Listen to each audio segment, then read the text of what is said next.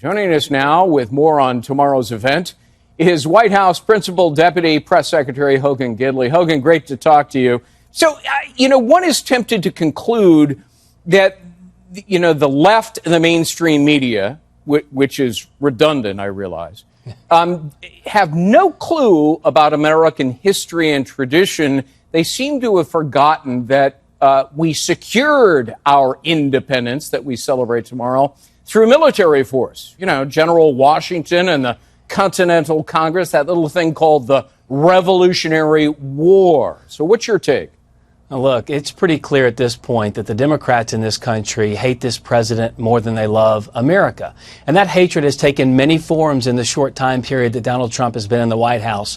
First, the Democrats lied about collusion. Then they lied about corruption. Then they lied about the crisis at the southern border.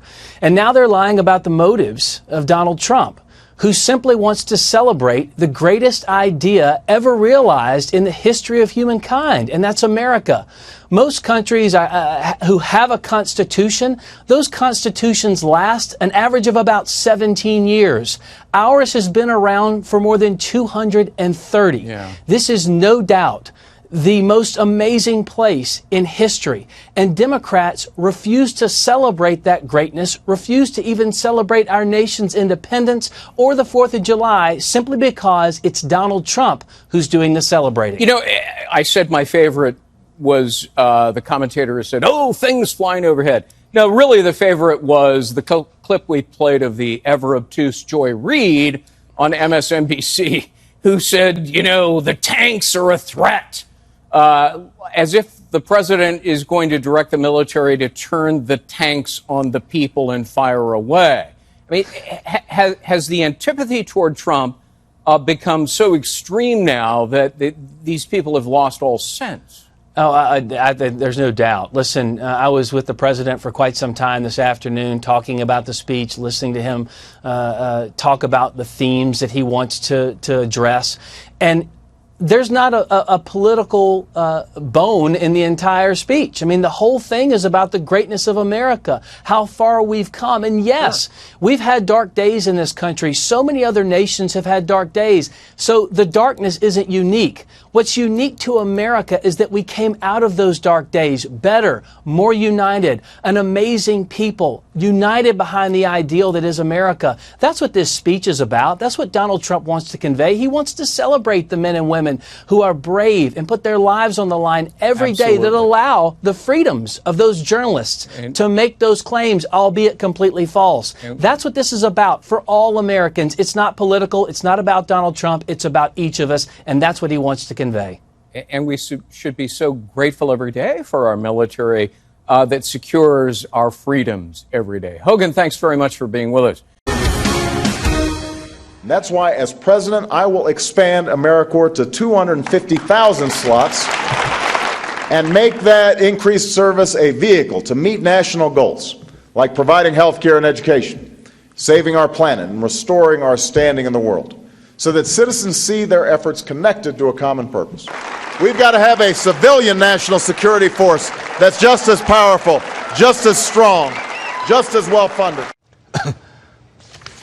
That was then Senator Barack Obama on the campaign trail 11 years ago, pitching his plan for service-minded citizens. Now we're hearing a similar idea from 2020 Democratic candidate Pete Buttigieg. The South Bend mayor rolling out a new call to national service plan, promising a funding boost to programs like AmeriCorps, as well as the creation of new organizations like a Climate Corps, all with a reported price tag of roughly $20 billion over 10 years. Let's bring in Jason Chaffetz. He's the former Republican House Oversight Committee chair, now a Fox News contributor, and the author of the brand new book, Power Grab. Jason Chaffetz, good to see you, sir. Thank you. Really, it's kind of interesting to see Barack Obama say that, give that soundbite there, talking about he wants to see 250,000 in AmeriCorps and such. Well, that's exactly what did not happen, because there's still like 75,000. Now, Pete Buttigieg wants to get that number up to 250,000 and also include things like, groups for climate change and so forth. Your thoughts?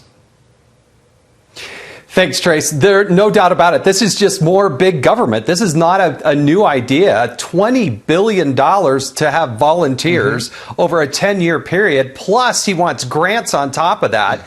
We want people in this country to volunteer, but you should do it through your church or the United Way or the Red Cross or maybe your local school. There's plenty of places to volunteer. What he wants is to implement his own policy and his own politics and have the government pay for it by the tune of some $20 billion. That's just more big government, Trace. And I think you're right. What's happening is a lot of churches, a lot of private organizations are growing, and so the need for some of these other groups isn't as vast as it was years ago. He says, and quoting here, that, this is because our social fabric needs fixing, is what he says. Look, this is just coming off the debates. It's something else to kind of lift him up. Is that a fair assessment?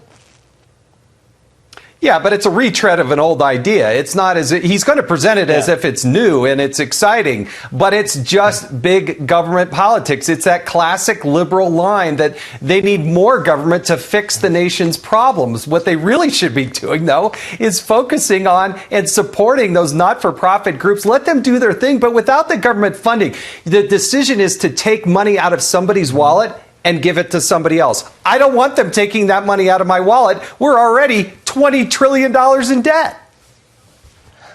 It's interesting because we were talking to the previous panel about how the performance of Bernie Sanders isn't what they were really hoping for. Pete Buttigieg came out of the debates, Jason, and you know what? He didn't have a breakout moment, but he was steady throughout. His fundraising appears steady. He's trying to lift himself. I mean, is this kind of a reaction to what happened last week during the debates? He's just looking for something else to lift himself up, and to do that, he's moving a bit more to the left?